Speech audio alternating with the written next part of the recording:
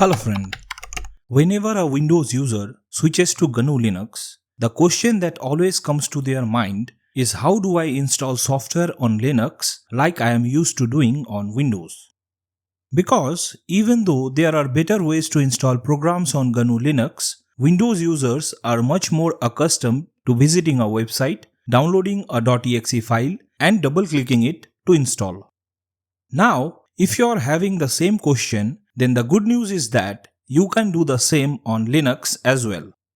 And within the next 20 minutes, I will show you how to install apps on Linux using the .deb, .rpm and .pkg.tar.zst files. However, before proceeding, let's cover some basics first. First of all, Linux natively does not have anything similar to a .exe file. Rather, it has binary packages like .dev, .rpm or .pkg.tar.zst files, which are much more closer to the model of .msi files that are also used for managing software in Microsoft Windows. Like the .msi files, Linux binary packages are essentially a form of a structured archive that contains pre-compiled binaries, configuration files, and metadata of packages. And unlike a .exe file, which can only be used to install packages, with these archive formats you can do multiple things, like installing, repairing, and removing the software from your system. But unlike in Windows, where you can use both .exe and .msi files simultaneously, in Linux, the file formats are not interchangeable. They can only be used within a branch of distros. For example, a .dev file can only be used on Debian or Ubuntu based distros. .rpm files are only used on Fedora or Red Hat based distros, and .pkg.tar.zst files can only be used on Arch based systems. And in GNU Linux, these are not the only ones. There are even more formats. But we will focus on only these three because these are the most commonly used ones. So without further ado, let's start. To download software on Microsoft Windows, traditionally we type its name on a search engine, then go to a listed website, and then download the installer file. But the problem with this process is that you can easily land on a malicious website and end up infecting your system with viruses, malware, and spyware. Therefore, to mitigate this risk, in GNU Linux all major distributions maintain an official repository or database of their packages. For example, you will find .dev packages on packages.debian.org and .pkg.tar.zst packages on packages.archlinux.org. However, RPM packages are a bit different. As there are lots of independent distros like Fedora, openSUSE, Rocky Linux that uses .rpm packages out of the box, a package created for a particular distro does not work on other, and maintaining a single official repository for all these distros is not possible for distro maintainers. So here, a trusted third-party repository like rpmfind.net solves the issue. Here you can find all kinds of RPM packages and you can even filter them according to your distribution and hardware architecture. To download a .dev package, first visit packages.debian.org. Then scroll down a bit until you find the Search Packages directory field. Here, type the name of the software you want to install. I will search for the open source email client Thunderbird and then hit enter. In the results page, you will find two separate sections. The first one is the exact match and the second one is others, which typically includes related plugins, themes, language packs and so on. To proceed ahead, just select the exact match option and it will take you to the main downloads page. On the download page, scroll down to the bottom of the page until you find the download option. Here, select your preferred option according to your hardware architecture. Most modern PCs are AMD 64, so I will go with that. and this will lead us to the mirrors page. Here, all you have to do is select the download mirror closest to your location, and it will download the .dev package for you. By the way, you might also see a browser warning pop up about the file type, just like I got here. But there is nothing to worry about as long as you are using the official or a trusted source. So, I will allow the download. And the downloading process is complete. Now let's see how you can install .dev packages using different methods. On GNOME desktop environment, you can easily install .dev packages with the help of the GNOME Software Center. First open GNOME's file manager, then locate the downloaded file.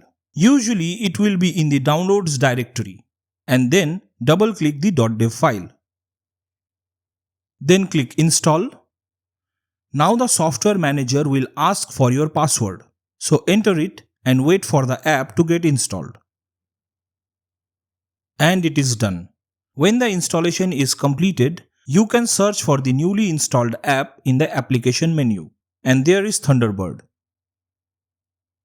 Now, at the time of recording this video, graphical removal of manually installed .dev packages is not supported by GNOME Software Center. So, to uninstall this package, you can simply use this terminal command: sudo apt remove followed by the package name. Then hit enter, then enter your password, and Thunderbird is gone.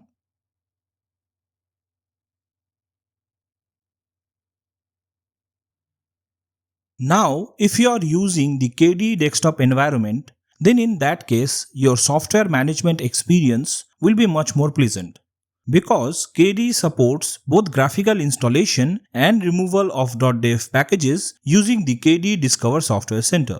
Let me show you how. Here, I am installing the disk partitioning tool called gparted.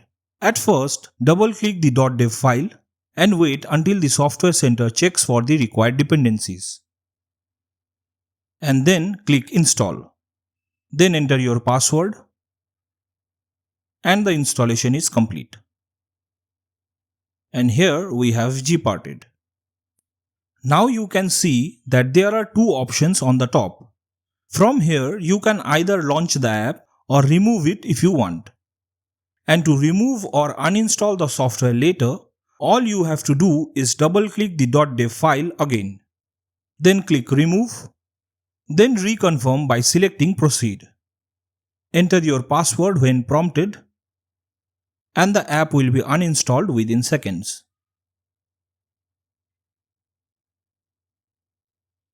Now let's say for some reason you are not using GNOME or KDE desktop environment but a lightweight one like XFCE, LXDE or LXQT, which by default does not come with a graphical software center.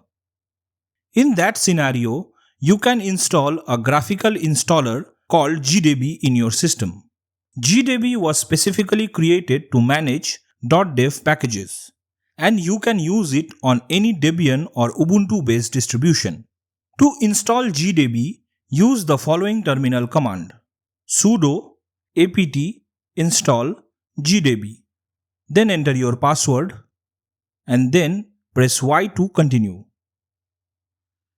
Once GDEBI is installed, double-click the .dev file you want to install. Here I am installing the open source video editing software called Kdenlive. Then click Install Package.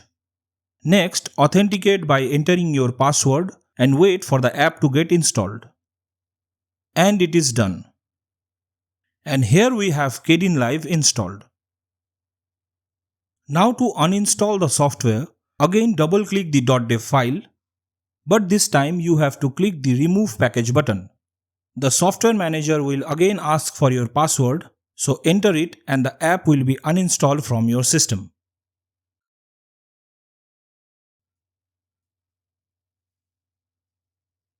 However, if you want to achieve absolute efficiency in managing these binary packages, then nothing comes close to the command line interface. To install a .dev package through command line, First, open your file manager and go to your downloads directory. Then use the right click and select Open Terminal here. Alternatively, you can cd to your downloads directory as well.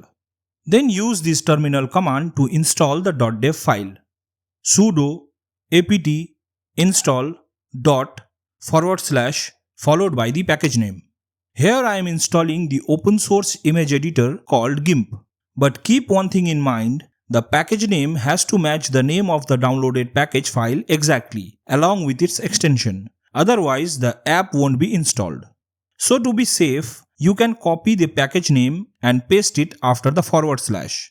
Or else, after the /, type the first letter of the package name and hit the tab button to autocomplete. Then hit enter and then authenticate by entering your password. And within a few minutes, the app will be installed in your system. And there we have GIMP. Now to uninstall a package, you can simply use this command, sudo apt remove followed by the package name. And while uninstalling, you do not have to type the full file name as you did during the installation process. Here, just type the actual package name and hit enter. And within few seconds, the app will be removed from your system. Okay, next, to download a .rpm package, first go to rpmfind.net. On this page, click the first link that says go directly to the RPM database. This will take you to the RPM repository page. And here you can use the search field to find your preferred app. Just type the name of the software you want to install. For example, I will search for Pigeon Messaging Client. Then hit enter. In the results page, you can see that the results are aligned according to your distros. So select the option according to your distro as well as hardware architecture. I am using Fedora 43 on an Intel machine. So I will go with Fedora 43 for x86_64 option. You can also filter the results by entering the operating system and architecture of your choice. And the downloading process is complete. Just like the .dev packages, you can install .rpm packages with the help of GNOME Software Center very easily. First open the file manager and go to your downloads folder. Then double-click the .rpm file. Then click install. Next enter your password and wait for few seconds. And the installation is done. And here we have the Pigeon Messaging Client. Now, just like the .dev packages, at the time of recording this video, graphical removal of .rpm packages are also not supported by the GNOME Software Center. So to uninstall the package, you can use this terminal command, sudo dnf remove followed by the package name. And Pigeon Messaging Client is gone. Installing and removing binary packages with KDE Discover Software Center is much more straightforward, which we have already seen during the .dev package installation. So for example, here I am installing the FTP application called FileZilla. At first, just open the Dolphin file manager and double-click the .rpm file. Then wait until the Software Center checks for the required dependencies. Then click install. Then type your password. And the installation is done. And there is FileZilla. Now to remove or uninstall the software later, all you have to do is just double-click the .rpm file, then click remove, and then reconfirm by selecting proceed, and the app will be uninstalled in no time.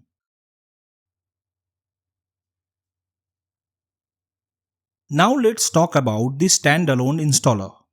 Unlike .dev packages, the RPM ecosystem does not have a universal GDEBI equivalent. An application called DNF Dragora exists, which comes pre-installed on Fedora's XFCE, LXDE and LXQT spins. and in theory it should work as GDEBI does for .deb files. But in practice, it has two major drawbacks. First of all, it only works on distros that uses the DNF package manager, meaning you cannot use it on openSUSE, Rocky Linux, or even on Red Hat Enterprise Linux. Secondly, no matter how much I tried, in my testing it consistently froze the system. So I could not get it to work reliably and I gave up on it.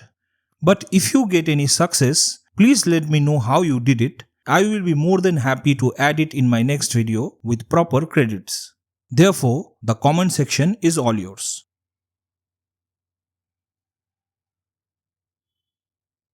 But even if other options fail, you can always rely on the good old command line interface. To install .rpm packages through command line, first open your terminal emulator and then cd to your downloads directory. However, if you want a simpler method, you can simply open your file manager and go to your downloads directory. Then use the right click and select Open Terminal here. Then use this following terminal command: sudo dnf install // followed by the package name. Here I am installing the open source digital painting app called Krita. Again, keep in mind the package name has to match the name of the downloaded package exactly. So you can either directly copy and paste the package name or else type the first letter of the package name and hit the tab button and it will fill the rest of the name for you. Then hit enter. Then authenticate by entering your password, and within few minutes the app will be installed in your system. And here is Krita installed. Now to uninstall the package, you can simply use the following command: sudo dnf remove followed by the package name. And while uninstalling, instead of the full file name, just type the actual package name and hit enter. Then enter your password, and within few seconds the app will be removed from your system.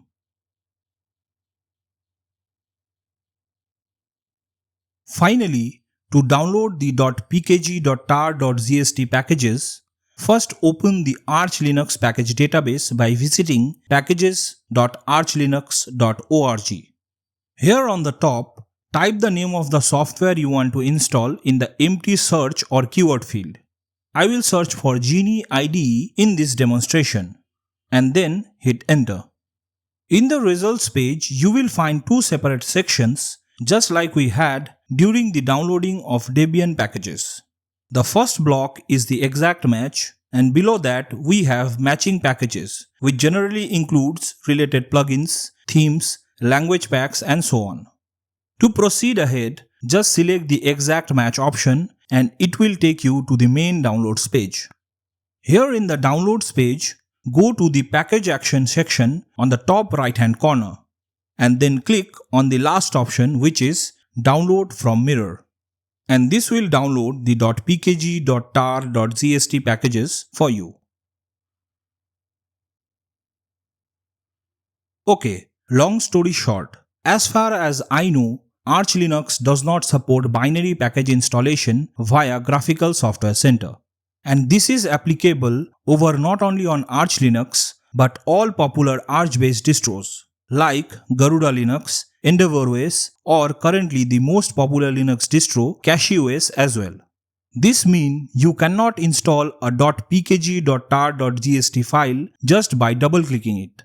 Neither you can install it using the GNOME or KDE Software Center, because Arch Linux and its derivatives treat the .pkg.tar.gst files just as a compressed archive rather than an installer file. But do not think that this is a drawback. Rather, it is a thoughtful design to keep these amazing GNU Linux distros minimal and bloat-free. Plus, as Arch and Arch-based distros generally target advanced users, their developers assume that their users will not need any handholding. And this is the very reason that these distros does not even come with any standalone installer like GDEBI either. However, there is an exception with Manjaro Linux. Because Manjaro uses the graphical helper tool called PAMAC over the traditional Pacman package manager, Here you can install the .PKG.TAR.ZST packages very easily just by double-clicking it. But if you want a single solution for all these Arch-based distros, then nothing can match the efficiency of CLI tools. To install .PKG.TAR.ZST packages through command line, first open your file manager and go to your downloads directory. Then use the right click to select Open Terminal here. Then use this following terminal command: sudo pacman -U / followed by the package name. And as always, keep in mind that the package name has to match the name of the downloaded package exactly, along with its extension. So either copy and paste the package name after the / or else use the tab button to autocomplete the package name. And then hit enter. Then authenticate by entering your password, and within few minutes, the app will be installed in your system. And to uninstall the package, you can simply use the following terminal command: sudo pacman -R followed by the package name. Then re-authenticate by entering your password, and within a few seconds, the app will vanish from your system. So that's all. Now you have the complete guide on how to install common binary packages in Linux. And as you can see, installing software on Linux by downloading packages is not that scary as you might think. In fact, it is actually very similar to the Windows process. But if you want an even more beginner-friendly guide, then check out my previous video on how to install software the easiest way. The link is in the description. Thanks for watching. See you in the next one.